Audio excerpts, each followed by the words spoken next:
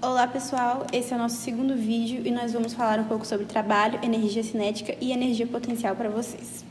Vamos começar falando um pouco sobre trabalho mecânico, que é definido como a integral de F, que é alguma força atuante no sistema, e escalar ds, que é o deslocamento infinitesimal.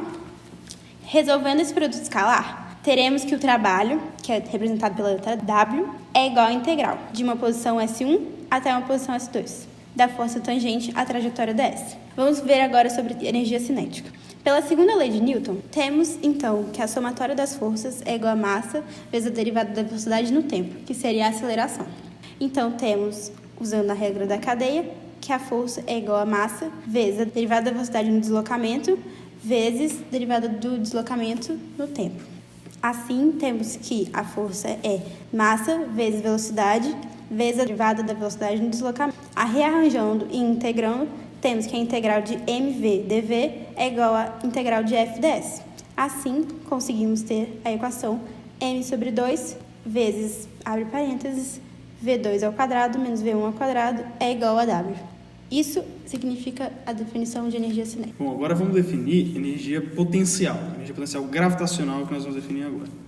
Bom, se nós temos um corpo que ele está sujeito a um campo gravitacional e a gente vai deslocar ele de uma altura Z1 para uma altura Z2, sendo que a gravidade atua oposto a esse deslocamento, a gente pode aplicar aquele conceito de que trabalha a variação de energia cinética agora. E a gente vai fazer o seguinte, vai ficar meio de m v2² menos v1² é igual a integral de Z1 a Z2 de R menos mg dz. Se a gente abrir essa integral, a gente vai encontrar essa mg dz aí. Isso a gente chama de variação de energia potencial. E a gente retira essa força mg para contabilizar o trabalho. Agora a gente contabiliza isso na energia potencial.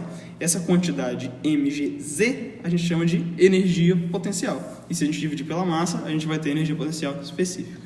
Bom, agora vamos falar um pouquinho de conservação de energia mecânica. Na ausência de forças não conservativas, a energia mecânica ela se conserva. Eu quis enfatizar forças não conservativas para a gente lembrar, por exemplo, que o peso é uma força que já está contabilizada no termo da energia potencial. Então, a gente define energia mecânica como sendo energia cinética mais a energia potencial. E quando a gente tem a conservação da energia mecânica, é de se esperar que a inicial seja igual à final. Ou seja, a soma das energias cinéticas e potenciais no início tem que ser igual à soma das energias cinéticas e potencial no final. Então, a variação de energia cinética é igual à variação de energia potencial. Definimos anteriormente o trabalho mecânico como sendo a integral de FDS. Agora, vamos falar o conceito para vocês, sendo que ele é um pouco mais abrangente, pois lidaremos com fenômenos fora do escopo da mecânica. A definição termodinâmica do trabalho é, abre aspas, o sistema realiza trabalho sobre sua vizinhança se o único efeito sobre tudo aquilo externo ao sistema puder ser um levantamento de peso, fecha aspas. Trabalho não é uma propriedade, seu valor depende do processo. Como o trabalho não é propriedade, adotamos uma convenção diferente para representar sua diferencial, chamada de diferencial inexato. Então, temos que trabalho é igual à integral da diferencial inexata de trabalho. Agora, vamos falar um pouco das propriedades cujos valores não dependem do processo. Nesses, utilizamos a diferencial exata, como, por exemplo, o dv. Ou seja, a integral de dv vai ser igual a v2 menos v1. Então, v2 menos v1 no processo A vai ser igual a v2 menos v1 no processo B. Entretanto, o trabalho de 1,2 no processo A vai ser diferente do trabalho 1,2 no processo B. Então, vamos definir potência. Potência é a taxa de transferência de energia por meio de trabalho. Ou seja, W ponto é igual a força vezes velocidade. Então, W é igual à integral de W ponto T. Temos a noção de que, quando o trabalho é positivo, temos que ele é realizado pelo sistema. E quando o trabalho é negativo, temos que ele é realizado no sistema. Vamos falar um pouco sobre o trabalho de expansão ou compressão, que é quando ocorre a variação de volume de uma certa quantidade de um gás ou líquido devido à expansão ou compressão.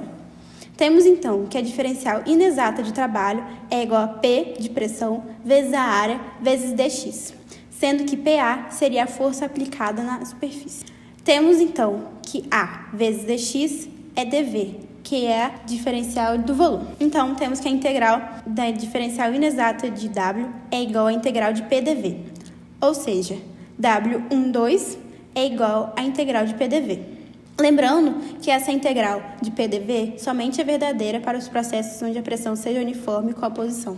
Para processos irreversíveis, essa equação não existe. Os estados durante o processo irreversíveis não são estados de equilíbrio. Como a gente acabou de falar sobre processos irreversíveis e reversíveis, a gente vai recapitular isso mais para frente no curso. Mas vale agora a gente definir o processo quase estático, ou processo de quase equilíbrio, que é aquele em que o afastamento do equilíbrio termodinâmico é no máximo infinitesimal. Ou seja, todos os estados por onde o sistema passa, em um processo desse, podem ser considerados estados de equilíbrio.